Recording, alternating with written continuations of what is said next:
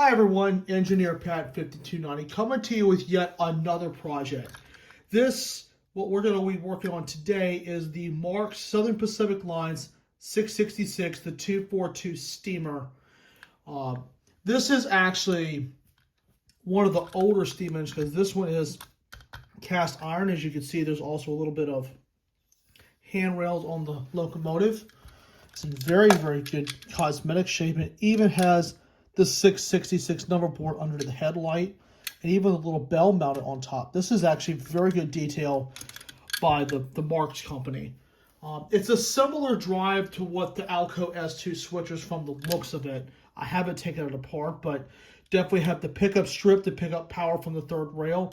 You have the gears that are similar, that are in similar position to what the S2 has. And the tender's also in very good shape as well. So that's a plus.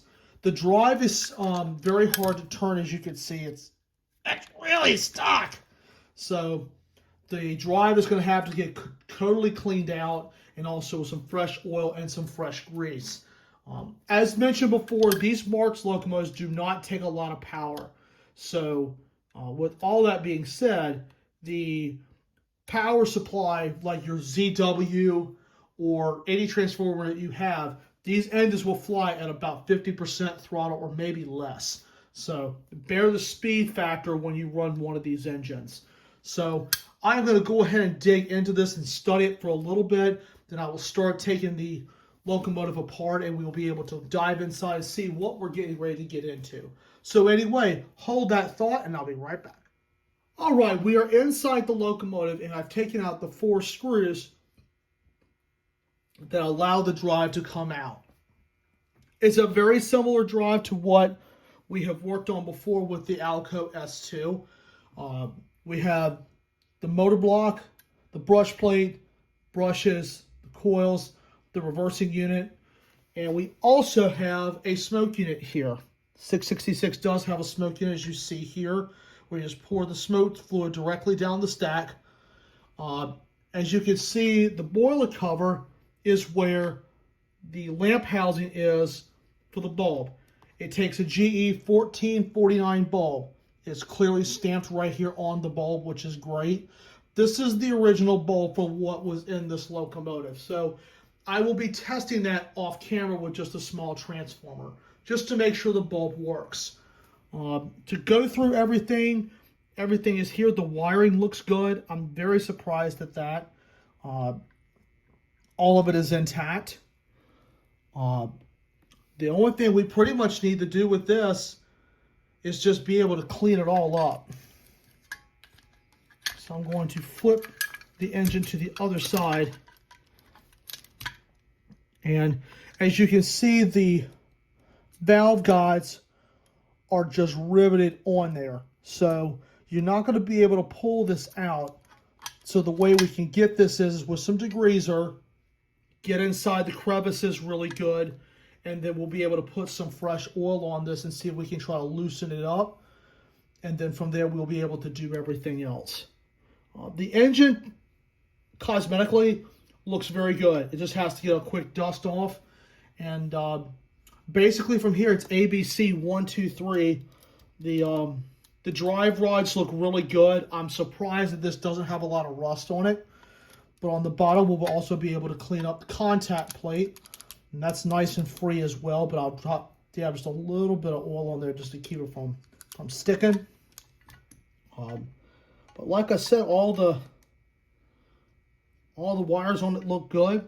I think this thing just needs to be cleaned up. So what we'll do is now, what I'll do off camera is clean everything up, oil everything, and get it nice and lubricated. I will test the bulb and get this thing ready and ready to run. Because it really is not going to take that much to get it going. And I'm looking forward to this. So anyway, I will do the work off camera, and we'll go from there. All right, I will be right back. All right, everyone. After doing some work off camera, we've actually been able to do some work on the locomotive. This has all been cleaned up. The drive runs effortlessly now.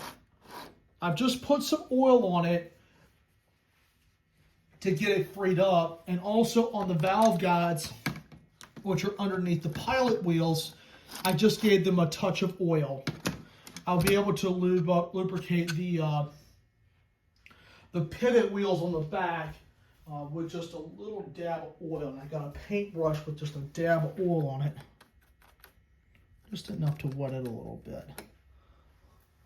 And also, during the work I was doing, I also cleaned up the tender wheels. As you can see, they were dirty. Now they're all shined up. The only thing I used on these wheels were some 220 grit sandpaper and just a little bit of degreaser. I hand polished those, and I also will able to hand polish the pivot wheels, and I'll show you real quick how I did it. Plus, I also not only lubricated, but also cleaned up the pilot wheels, which are the two little wheels right there on the front. This is one of the easiest things you can do, is take some sandpaper, go with the shape of the wheel. You don't want to put a flat spot on the wheel. And that's all you have to do.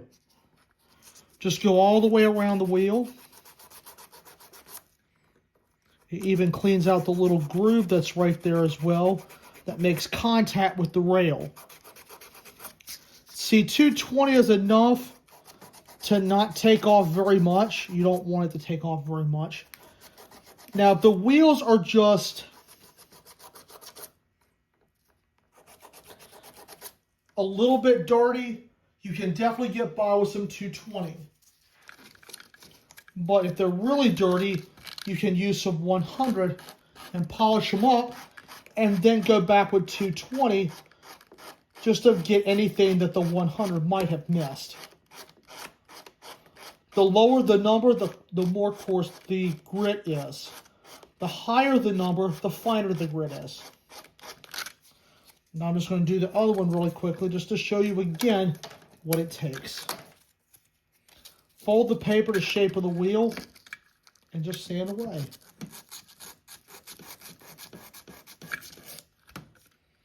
See, look at the difference.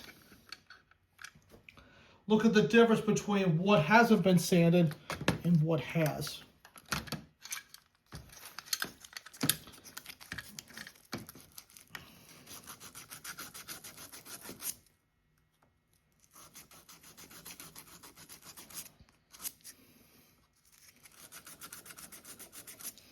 And when I worked on the S2 switcher, we went through a lot of sandpaper with that one.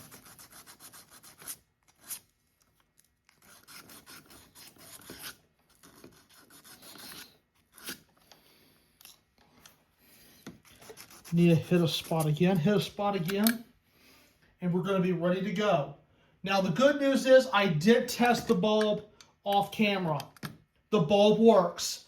The bulb that is in the steam engine works, which I was very surprised at, because usually that's sometimes not the case. So I'm going to go ahead and put the tender and the engine on the track. I did find the matching caboose for this particular locomotive, and put her on the track. And the only thing I put on this drive is oil. Why not grease?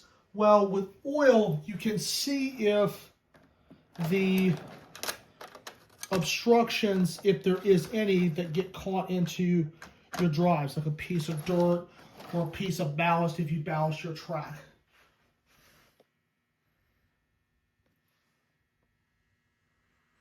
Get a picture of this, man. This thing is beautiful. So that's what the locomotive looks like now. I've dusted it off. I've done a quick service on it. Everything with this locomotive is in great shape. So we'll just put some smoke in the smoke unit, and then we'll be able to take this thing around the layout. This is an older Marx. I'm going to guess this is probably about the maybe mid to late 40s if I had to guess. So this is actually cool, but look at the detail on the locomotive. You have the little rivets that are on there. You have the piping detail, as well as the little bell on top of the boiler, which I think is really cool. And even you have the the front on there with the headlight and the little number board, as I mentioned earlier. This is a really unique locomotive, and Marx had some really cool products back in the day. So, with that being said, I will go ahead and put some smoke in the smoke unit, and we'll be ready and raring to go. All right, everyone, 666 is on the track, and we're ready to put power to it. I've mentioned this before. These engines do not take a lot of power. Marx designed the engines a little bit smaller gear than the Lionels to allow them to pick up speed a lot faster. Marx is definitely underappreciated these days. So let's go ahead and get some power. We'll let it rip.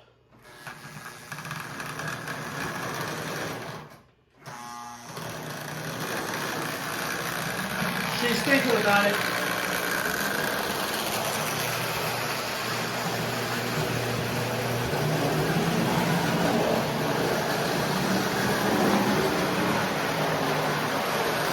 Oh yeah, look at her go! Look at her go! This thing has not been running a while, but oh yeah, look at her go!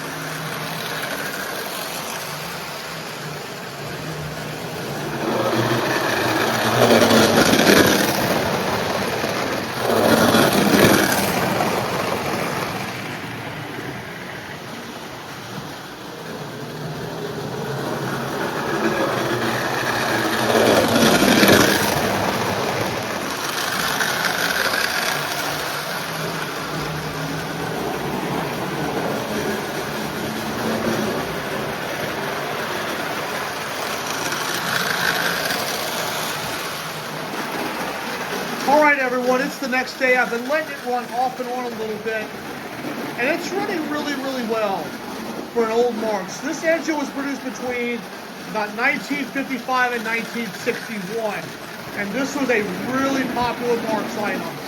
It's running flawless. Love the fact this thing's got a really good smoke unit in there. So really happy about this project. Didn't take very much to get it going, but good to see this engine's alive and well on the rails once again. It's probably been in stores close to 30 years.